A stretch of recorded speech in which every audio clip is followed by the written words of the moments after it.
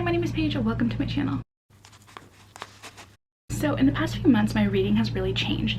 I went from never listening to audiobooks to using audiobooks to read my books faster. Like I would read it physically and have the audiobook to help me out so I could up the speed and still pay attention to what was happening. And I have just recently transitioned into only reading audiobooks, and that's mainly because I got a new job in April and most of my reading time was taken away because I had to go into work every single day because I had been unemployed for a while. And so now that I've gotten the swing of listening to audiobooks and I really feel like I know what I like and what I dislike in an audiobook, I have this idea that the narrators that I enjoy, if they had other books in like their backlist or their works that they did, that would lead me to my next reads. So this is kind of like a narrators that I enjoy recommend my books. So I don't know if this is going to be interesting whatsoever, but I just had the idea that if I enjoy the narrator, I would assume that they would pick up books that they also enjoy reading. I don't know how becoming a narrator works, so maybe they just get the jobs that they get and just read the books anyway, or if they kind of know the genre that they like or the author that they like and apply to those jobs and get the positions. So I'm kind of assuming that it's more of the second, that they like that genre, they like that author, and they apply for the job to get the narrator spot. I don't really know. So I just thought that if that is the case, then they would be picking books to narrate that they enjoy themselves. So then if I enjoy the book that I listen to and the narrator that I listen to would enjoy their other works. I hope you're following along with this. I think it would be a kind of fun idea. So this is just another way to get some book options and narrator options, and I know I'm going to love these narrators because I've already listened to them. So I thought I would just kind of show you how I went about picking the books that I'm going to be reading for this vlog. I have already picked them. I should have recorded this when I had come up with the idea, but it was probably really late at night when I came up with this idea and I didn't have the forethought to screen record what I was looking at. So when I was thinking about this video, I had been listening to Skyward and I realized that I really enjoyed that narrator's voice. So that's where I started, and that narrator is Susi Jackson. So I went into her featured and then I think I clicked best-selling and I looked at what different books she has been the narrator for. So she's mainly been the narrator for Brandon Sanderson's Skyward series, and then I just kept scrolling through and I didn't recognize a lot of books, but as you can see at the top we have Hidden Pictures by Jason Rekulak. I'm not sure how to pronounce that, but it seems to be very highly rated. So I decided that was going to be my first one for this video. And it sounds like a pretty scary book. I think it's about like, yeah, see, it says Stephen King loved it. So I have a feeling it's going to be a little bit spooky. I did not read this synopsis before I picked this book and purchased it, but it is about a woman named Mallory who is a babysitter, and she's babysitting a 5-year-old boy named Teddy, and he loves to draw pictures, and eventually his pictures start to get more and more sinister of like a man dragging a woman's dead body through the forest. So it sounds very creepy. I don't enjoy creepy kids, but I really did like Susi Jackson's narration in the Skyward series. So if anything, I will like her voice while I'm reading this one. But the next book that I picked was another Brandon Sanderson book because I had been really into reading Brandon Sanderson for a little bit, and that was Warbreaker. And Warbreaker is narrated by Alyssa Bresnahan. So again, I sorted it by best-selling and scrolled through until I found something that I was vaguely familiar with or that sounded interesting, and I noticed that there was an Emily St. John Mandel book in this. So I had never heard of this book. I honestly only thought that Emily St. John Mandel had Station 11 and The Glass Hotel because no one else talks about any of her other books.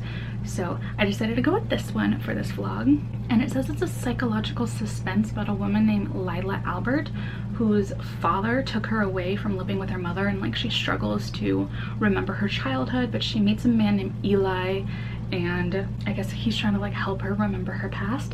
I don't know. I just know that I love Station 11 and I really enjoyed Alyssa Bresnahan's narration of Warbreaker.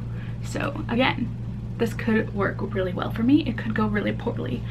But let's move on to the next book. When I had come up with this idea, I definitely hadn't read as many audiobooks as I have currently in my situation right now, but one of them that I did remember really enjoying listening to was Maybe You Should Talk to Someone by Lori Gottlieb, and it's narrated by Brittany Presley. So again, went there and sorted it by best-selling and noticed that Colleen Hoover was on here. I noticed that I think she also narrated the American Royals books, and I considered getting that one because I have book 2 in that series that I need to finish.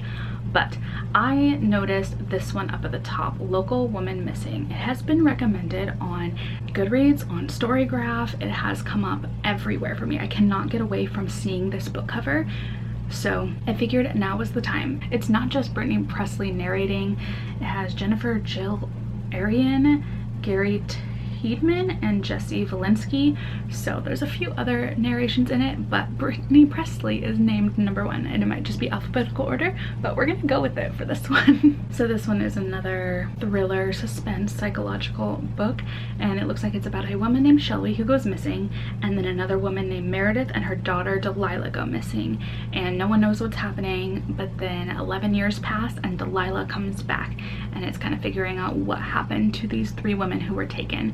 And it sounds spooky. I am trying to get more into thrillers lately, so I'm excited for this one, and I just keep seeing it recommended, so it has to be a good one. Like I said, when I was looking for books for this video idea, I was kind of thinking back of the books that I had just recently read that I really enjoyed, and Invisible Life of Addie LaRue was one that I definitely really enjoyed.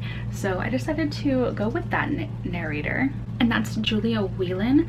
And when I looked at her other works, she has so many. 7 Husbands of Evelyn Hugo, Book Lovers, Emily Henry, People We Meet on Vacation, Emily Henry, Malibu Rising, Taylor Jenkins Reid, Beach Read, Emily Henry, Educated by Tara Westover, 2 Kristen Hanna books, Taylor Jenkins Reid. Like, she has an incredible backlist of books that she has worked on. So I really struggled to go through this list and find one that I was super interested in. But I noticed that Maybe in Another Life by Taylor Jenkins Reid was on this, and I had just recently purchased that book. So I decided, why not use this book in this video, because I already own it. Oh, I've never actually even read the synopsis of this, but it says that this is following a girl named Hannah, and she has lived in 6 different cities and had a bunch of meaningless jobs, but she decides to move back to LA and live with her best friend. And one night her and her best friend Gabby go out, and she meets up with her ex-boyfriend Ethan, and both Gabby and Ethan want her to go back home with both of them, and it's her living out both storylines of what would happen if she went home with Gabby and what would happen if she went home with Ethan. So it sounds so good. Now I want to pick this up like tomorrow. That sounds so good and maybe really sad, and I'm really excited for that one. So that is another book that we were going to be reading in this vlog. And for our final one, I had to think of the one book that like really got me into enjoying listening to audiobooks while I was reading, and that book was 6 of Crows. I loved that there was like a full cast of characters in this one, but the one narrator that is very consistent in the entire Graciaverse is Lauren Forking, and she narrated all of the Shadow and Bone books, plus 6 of Crows and Crooked Kingdom, as well as King of Scars and Rule of Wolves. So I knew that I loved her narrations, so I decided to again sort by best-selling and look at what other books that she had. And I noticed this one right here called Pretty Things, and when I looked at the narration, it was also narrated by Julia Whelan, which is the one from the past book. So I figured this one has to be good if both of them are narrating this book. So this one is about a woman named Nina who had like a failing liberal arts degree and career situation and decides to become a scam artist. Then it's also following a woman named Vanessa who is an Instagram influencer, and once her engagement goes wrong, she like moves back to her family's mountain estate, and I believe Nina is there. Maybe she's like squatting, or I don't really know what Nina is doing there, but it looks like their paths collide and things get a little bit scary, because it looks like it says that these 2 brilliant damaged women try to survive the greatest game of deceit and destruction they will ever play. So it's a suspense, and I'm very intrigued on getting to read this one, especially because 2 narrators that I love are narrating this one. So those are the books that I'm going to be reading for this vlog. I am genuinely so excited to try this out and see if this is going to be a new method for how I'm going to pick some of my books in the future, because all of these narrators are really, really great. But I'm gonna end this clip right here, and I will check in with you when I am about ready to read book number 1 for this vlog. Okay, so I made it through a long work week, and I just wanted to go book shopping, so I did. And I had a list of books that I was allowing myself to get, and I told myself I could only buy extra books if they were on sale. So there were a couple of books that I could not find on sale, but they were on my list, and then the rest of them were on sale. So I thought I would do this book haul in this video because a good chunk of them are for this video. So just gonna pull right out of the bag. We have Local Woman Missing by Mary Kubica, which is what I'm going to be reading for this vlog. The Knife of Never Letting Go by Patrick Ness. This is like the 4th Patrick Ness book I've purchased. I've DNF'd one, I hated one, and I haven't read another one. So I'm really worried about this one, especially because it's huge, but Rana recommended it to me, so I grabbed it. Lock Every Door by Riley Sager. I just read Final Girls in this Trying Out Thrillers vlog that I did, and I really enjoyed it, and this was one of Riley Sager's top thrillers, so I decided to pick this one up because it was on sale. The Death of Mrs. Westaway by Ruth Ware. I read Turn of the Key in that thrillers vlog and really enjoyed it, and this was another like highly recommended Ruth Ware book, so grab this one. Sea of Tranquility by Emily St. John Mandel. I've just really been wanting to read it. It wasn't really quite on sale. It's still like kind of pricey, but it has sprayed edges, and I've heard great things about this book in particular if you enjoyed Station 11, and so I'm excited to read this one. Of course, why else would we buy books if we weren't excited to read them? Then for this vlog, I picked Hidden Pictures by Jason Rekulak. This one was not on sale and it was very expensive. I almost didn't get it, but it was on my list, so I gave myself permission to spend that much money. Right? And finally for this vlog, I picked up Pretty Things by Janelle Brown, and this one was on sale thankfully, which was really nice, but there is just one that I cannot find. It's The Last Night in Montreal, and I ordered that one online, so it should be arriving today or tomorrow, and then we are all set to begin reading for this vlog. Even though I'm going to be listening to audiobooks, I just have like the immense need to take my books off my TBR shelf and move them to my completed shelf when I'm done with them, even if I listen to it via audiobook.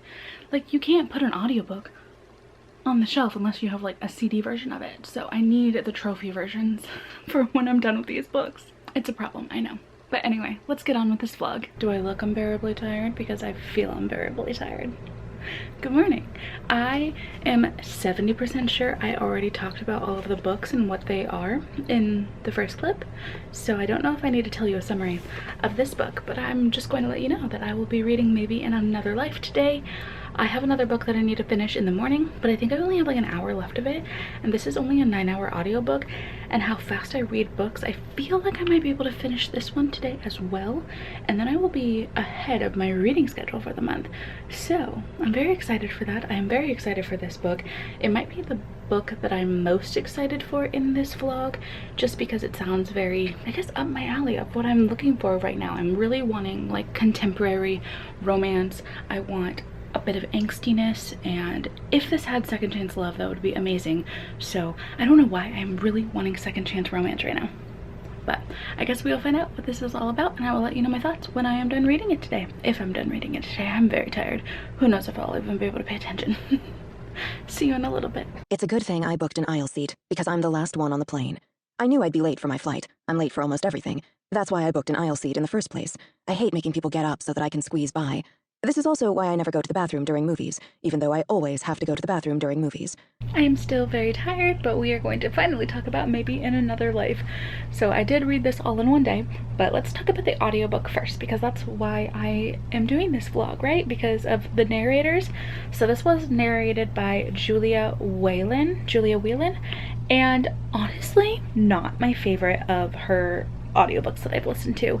I don't know if this was because she had done it early on in her career or whatnot, but I just felt like all of her male characters were the exact same voice. And in this book there are 2 male characters that need to be pretty distinct, but her choice of voice for each of them was the exact same. So due to the writing of this story, it did get a little bit confusing, and I had to sit there and like pick up context clues of which timeline we were in to figure out which male was talking, because yeah, they sounded very much alike. But her female voices were pretty distinct. There weren't a lot of female characters for her to have to distinguish between them, but the two that were pretty prevalent were easily distinguishable based on the voices that she created for them. So I did enjoy the audiobook for it, but it was not my favorite that I have heard from her. I feel like Addie LaRue is probably the best one that I can remember her doing. But yeah, audiobook was fine. It was good. I had a good time listening to it. It might be a little bit difficult though based on how the story is written. So let's jump into what the story is about. So I was a little bit incorrect on what I had said when I had first described what this was about. Essentially, we are following Hannah, and she has just recently moved back from New York City to Los Angeles, where she grew up, and she's moving into her best friend's apartment while she kind of figures her life out, because she had just been having an affair with a married man and things didn't work out with that, obviously. So she moves down back to LA where her best friend lives. And on the night that she decides to move there, her and her best friend and her best friend's husband go out to get some drinks, and Hannah's ex-boyfriend from high school is there. The ex-boyfriend asks her to go back home with him, and the best friend and husband say, hey, we're gonna go head back and go to sleep, like you want to come back to the apartment and just like relax. So she has to make the decision of who she's going to go with. And then we diverge into two different timelines. We go with Gabby and her husband and all of the choices that come with that, and then in another timeline we go with Ethan and all the choices that go with that too. And it might have sent me into an existential crisis reading this book, just because it's about the choices that we make and how our life can turn out based on just one singular choice, and how in the moments that we're living in we think like everything happens for a reason, but there could be a multiverse of decisions that we've made where that same version of ourselves thinks that we have made those choices for a reason. And it's just baffling to read this book, but I really enjoyed how it was written, how everything turned out. I was anxious about what was going to happen. I expected certain things to happen. I wanted like certain timelines to cross over somehow. I don't know. I don't really know what I expected out of this, but I had a really great time seeing these two different storylines and seeing the similarities between them, the differences between them, the things that happened no matter what in both of them. I just really enjoyed it overall.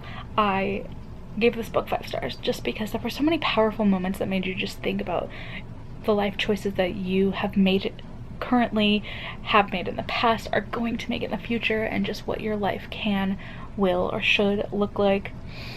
It just had a lot to think about, but I don't know what else to say about it besides I really enjoyed it. I really like Taylor Jenkins Reid stories, and I think this was a really good one. It was a really good one. So I'm very happy with this narrator choice, picking this book for me, because it turned out really good. But I feel like this was the one I was the most confident about because I already owned it. I knew that I wanted to read it. And so I guess it's like technically the one that was like least picked for me by the narrators, but still, I'm so glad that I read it. I'm so glad that we are starting this vlog off with a high note. Already a 5-star read. Let's see if the other narrators take me on the same path. Oh my gosh, I totally forgot to mention, this book has an unhinged amount of talk about cinnamon rolls. I think that is the #1 written word in this book. Like, if you put the main characters' names, I don't even think they would have been written as much as the word cinnamon rolls. So I legitimately had to go to the grocery store and buy some cinnamon rolls because I could not stop craving them because of this book. So if you are going to read this book, you must buy cinnamon rolls before you start, because it is obscene how often cinnamon rolls are talked about. So just be warned, you need to go and get cinnamon rolls before you read this book. And I'm gonna go eat those now. I'm still very tired from the weekend, but Local Woman Missing by Mary Kubica. I don't know how to say that last name, is what we're reading today. I am excited for this one, but I can't remember anything about it. So I think it's a thriller, and I think that'll keep me entertained at work so that I don't want to just take a nap on my desk all day. So I will let you know how I feel about the audiobook and the book in general when I am off work, if I'm able to finish this in time. Like her, Sam is married, and he isn't the only guy she's been seeing on the side. The few times they've been together, Sam takes his ring off and leaves it on the dashboard, as if that somehow mitigates what he's doing. She doesn't do the same. She isn't one for feeling guilty. She's made herself believe that it's her husband's fault she does what she does. Hello! So I finished Local Woman Missing today, and honestly I had a pretty fun time with this one. It's definitely not a new favorite, but it was pretty good. However, there are quite a lot of plot holes that you have to basically ignore so that you can fully enjoy the story, but other than that, like, it was a really easy read. It was super quick, and I enjoyed the audiobook narrator. I think this one was by Brittany Presley, and I think that she just has a very average narrator voice, and there's nothing too unique about her voice or anything, or her choices of character voices, so it was just really easy to listen to. I had a really good time. I enjoyed it. I know I've already given a little summary about this one, but to recap, this is like about a city where some women have gone missing. So it's told in like a past and present point of view, and at the very beginning we meet Delilah, who escapes from where she has been held captive for 11 years. And then we jump back in time and we meet her mom, and her mom is also one of the women who have gone missing, and there was another woman in the town who a few days prior had gone missing. And so it's 11 years in the past and what happened during that time when they all went missing, and then us in the future and the aftermath of finding Delilah and piecing everything together. So it was really intriguing. I was stressed. It was one of those books that I had to actively not look for the answers just because I wanted to know immediately what happened, just because I wanted to figure everything out. So I sometimes tend to spoil myself on things when I get really excited, but I avoided all spoilers and I waited till the end for reveals, and there's a lot of twists and turns that I personally didn't see coming, so I felt like it did a really good job of keeping you on your toes. But definitely some things were big plot holes. Some things were not answered, and there were just some things that you had to like suspend your disbelief because it would just not happen in the real world. But it was a good one. There is content warnings, maybe even trigger warnings for like a very graphic and traumatic birth scene, as well as the doctor in that situation overlooking the wants and desires of the mother. So that was pretty traumatizing to read. I really dislike reading graphic birth stuff, so I did lower the volume until it was basically 0 and fast forwarded through that part just because it makes me a little queasy to read very graphic birth scenes. So if that is something that also makes you queasy, look out for that. It does happen like probably midway through the book, but I feel like this was a good one. Brittany Presley didn't steer me wrong. I enjoyed this one, and I think I'm gonna try and find other books that she narrates just because I think that she had a really nice voice. She wasn't the only narrator. There were a few other ones too, and I enjoyed all of their voices too, but she was the main one, I believe. But yeah, I think I'm a little bit ahead of my reading schedule, so I'll probably pick up another book for this vlog tomorrow. But I will let you know what that is when I figure it out for myself. So it has actually been quite a few days since I last checked in for this vlog. I ended up reading a couple other things in the meantime because I really wanted to sit down and read this one with my eyes. Like, I do have the audiobook obviously for this vlog, but I wanted to read along with it because I noticed that when I got it, there were a bunch of darker look pages in between all of the white, and I realized that, let's go to one at the beginning. The book has art in it because it's about a child who like draws a bunch of pictures and stuff, and they progressively get creepier and creepier. So I felt like I would lose an element to this book if I didn't read along with it to look at those pictures. So I chose to wait until the weekend to read this, and I'm going to try my best to read it today because I just don't know when else I'll have time. But then I also really wanted to wait on reading Pretty Things because there are 2 narrators that I love, so I feel like this is the one that I want to end with.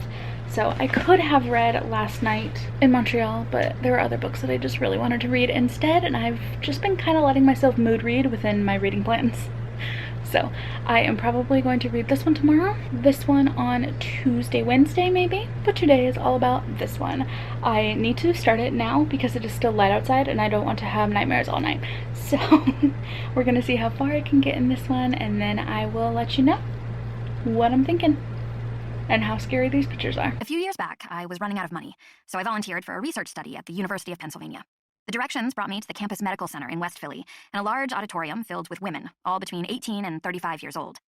There weren't enough chairs, and I was among the last to arrive, so I had to sit, shivering, on the floor. Alright, update on Hidden Pictures. I finished it last night, and I have since finished the next book in this vlog and gotten halfway through the last book in this vlog, so pardon me if I am stumbling over what I have to say about this one. But this wasn't a bad book. Definitely wasn't a bad book. I enjoyed it while I was reading it. It's very easy to read. I really enjoyed the audiobook. I feel like if you didn't have the physical book to look at the pictures, the audiobook took the time to kind of explain what happened in the pictures, so you can like create your own mental image of it. So if audiobooks are your preferred method of listening, you won't miss out if you don't have the physical book to look at the pictures. So I just thought I would throw that in there. But essentially, if I haven't already explained what this book is, or if I didn't do a great job at the very beginning, this is about a girl, and I believe her name is Mallory, and she is 18 months sober. So she had a pretty rough go of things, I want to say during her senior year of high school, and then became dependent on drugs, and it kind of tanked her life a little bit, but she got herself back on track, and she applied for this nannying, babysitting position for the summer with this family who, the mother is a psychologist and she works with addicts, and the dad seems a little unconvinced that he wants to have their son being cared for by a former addict, but the mom really pushes for it because she really believes in giving people second chances. And so Mallory becomes the nanny for a little boy named Teddy, and he loves to draw, and so he's constantly giving her artwork that he draws, and slowly but steadily these artworks turn a little spooky, and he has a imaginary friend named Anya, and Mallory is just kind of convinced that something creepy is going on with this whole Anya imaginary friend. So it follows that whole situation, and you know, creepy kids drawing creepy pictures, I was spooked by that part. But honestly, this was more like a horror light. I feel like if you are looking for something that is like vaguely spooky and a little bit of a transitional type of book to get you into fall, but you don't want to commit to something that's like downright terrifying, I would go with this one. This one felt like, for somebody who doesn't really read horror, this felt like an introduction into something a little bit spooky, just because of the way that things played out and all of the reveals that happened. There were some things that I didn't predict, so the reveal did kind of shock me, but I don't think it's very great. But I enjoyed the narration, of course. I really like Susi Jackson's voice, and I liked our main character. I just appreciated her voice and the things that she was trying to do, and I enjoyed how she and Teddy interacted with each other. But yeah, it wasn't my favorite book. I do think that this is just like a really quick read, though. I think the audiobook was like 9 hours total, so it's something that you can get through really quickly. But is it that spooky? Not really. And even the pictures, I would say there was only like one that kind of made me go, ooh, okay. Like right when I turned the page, I wasn't expecting to see that, but the rest of them are not very scary pictures. So I say if you are interested, yes, I would get it, but I would not pay $30 for this again. Definitely not. I would not pay that much money for this book again. It was okay. It was okay, but I'm gonna keep this on my shelf for a very long time to get my $30 worth. But like I said, I have already finished the next book for this vlog, which is Last Night in Montreal, but I'll give you my little introduction to it, and then I will be back here to talk about it. Good morning. So Last Night in Montreal is only like a 7-hour audiobook, so I think I'm going to start and finish that one today, because at 2 times speed, or at least close to 2 times speed, it should take me like 3.5 to 4 hours. And then right after that, I will start Pretty Things so that we can be finished with this vlog very shortly. So I will check in on everything that I've been reading when I get back from work. No one stays forever. On the morning of her disappearance, Lilia woke early and lay still for a moment in the bed. It was the last day of October. She slept naked. Okay, Last Night in Montreal. I didn't like it. I didn't like it. I don't really know what else to say other than it just wasn't my thing. So think paper towns, right? And then put it at like a college level writing. So some people will enjoy this. I just personally didn't. This follows our main character, Lilia, and she has basically been on the run her entire life because her father abducted her when she was younger, and she doesn't even remember why that happened, but her and her father have been on the run for a very long time. And we get flashbacks to her and her father and all of the times that they were moving, but it's also set in present day where her boyfriend of like 3 months is on a quest to find her because he is like madly in love with her, but she just like skipped town without telling him why, and he thinks that she disappeared even though it's very clear that she just kind of up and left him because she is a drifter. She doesn't want to stay still. So it's following him trying to figure out where she went, and it's also going back in the past and figuring out why Lilia was on the run. And there's a investigator who was trying to like find her and return her back to her mother, and it's also his story and his daughter's story, and it's just so confusing. I had a hard time figuring out what timeline we were in and which character we were following for a lot of it, and for it being such a short book I felt like it jumped a lot, but I don't feel like much happened. I just didn't really care. I feel like Lilia was just a manic pixie dream girl, and these two men who are trying to find her, the investigator in her past and her boyfriend in this timeline, just didn't care that she didn't want to be found, and it seemed like they just thought that they knew what was best for her. But we don't really spend a lot of time with Lilia either, so she doesn't have much of a personality, and when we do spend some time with her, there's not enough of her to care about. So I just didn't really like this one. I was so bored. This is only like a 7-hour audiobook. It should have taken me maybe 3.5 hours, and I think it took me like 6 to get through because I kept pausing it and I kept doing other things just because I was so bored. But our audiobook narrator was really nice, so I liked her voice. I would like to hear more from her, but this one wasn't it. This one wasn't it. So yeah, I think this one is my lowest rated of this vlog. It's probably the one that I had the hardest time picking too, because Alyssa Bresnahan doesn't really have a backlist of books that I've heard of. So maybe that was a sign that this might not have been the best pick for me, just because I wasn't familiar with any of her other works really. But it's a quick read. We're done with it. And we are moving on to Pretty Things because I am currently halfway through it. When a body goes down in Lake Tahoe, they say it does not rise again. The frigid temperature of the lake, its vast depths, conspire to keep bacteria at bay. Okay, so I finished Pretty Things today, and I'm not really sure how I feel about this one. So in this one we have Nina and Vanessa, and they didn't ever really know each other, but Nina did know Vanessa because in high school Nina was dating Vanessa's younger brother, and the one time that they met, Vanessa kind of didn't really pay much attention to Nina because Nina's boyfriend and Vanessa came from like a really affluent, wealthy family, and Vanessa just looked down her nose at Nina quite a lot. And so in the present time, Nina is trying to run a con on Vanessa because of some stuff that Vanessa's family did to Nina and her mom. And I think that premise sounds more interesting than the book actually made it out to be.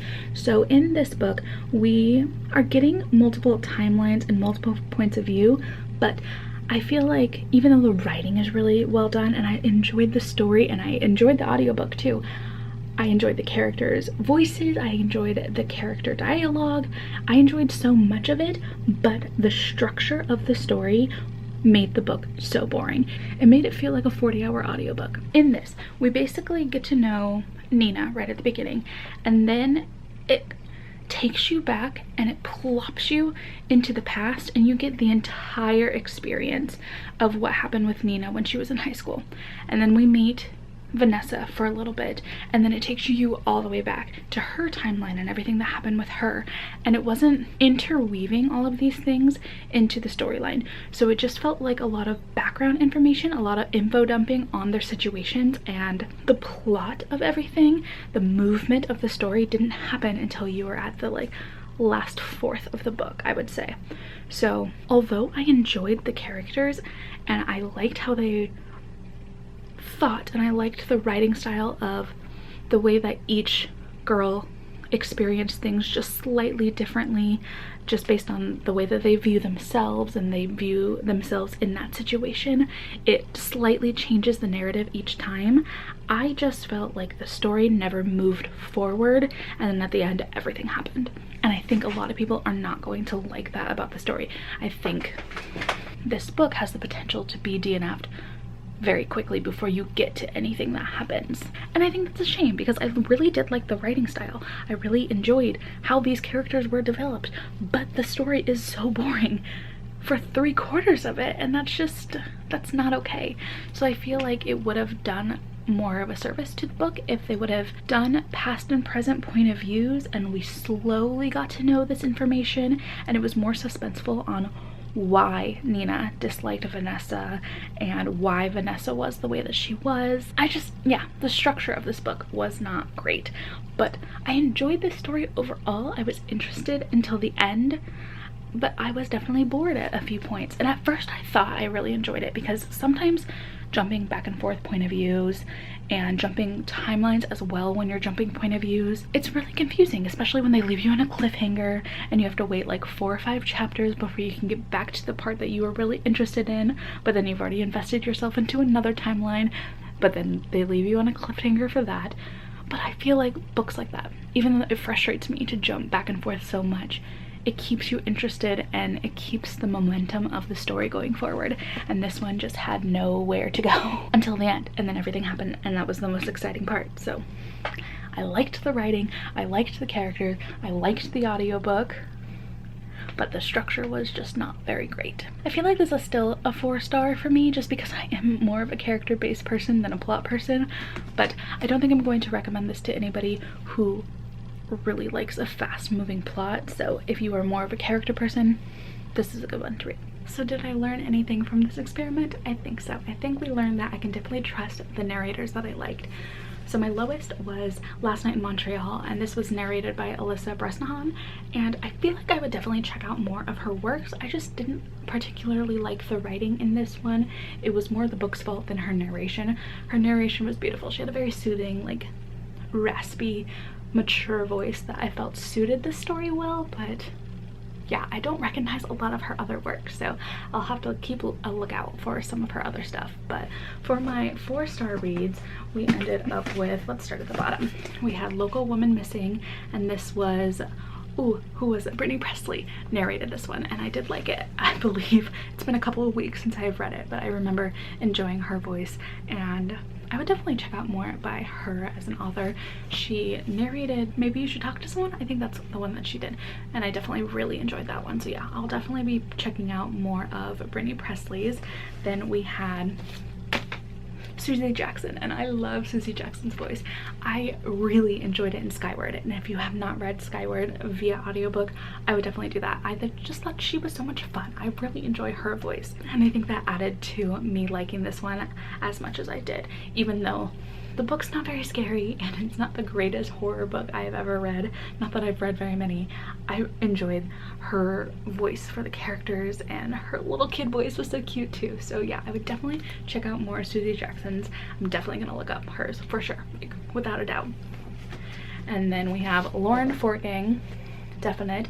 Even though Lauren Fortgang and Julia Whalen both narrated this one and they sounded kind of similar, I still really liked the way that they just have such, like, they just have such mesmerizing voices to me, where their inflection and their tone during certain moments really gets to me. I don't know, I really enjoy them. But my favorite of this was Maybe in Another Life, and this was Julia Whelan, and I just feel like she is the queen of audiobooks.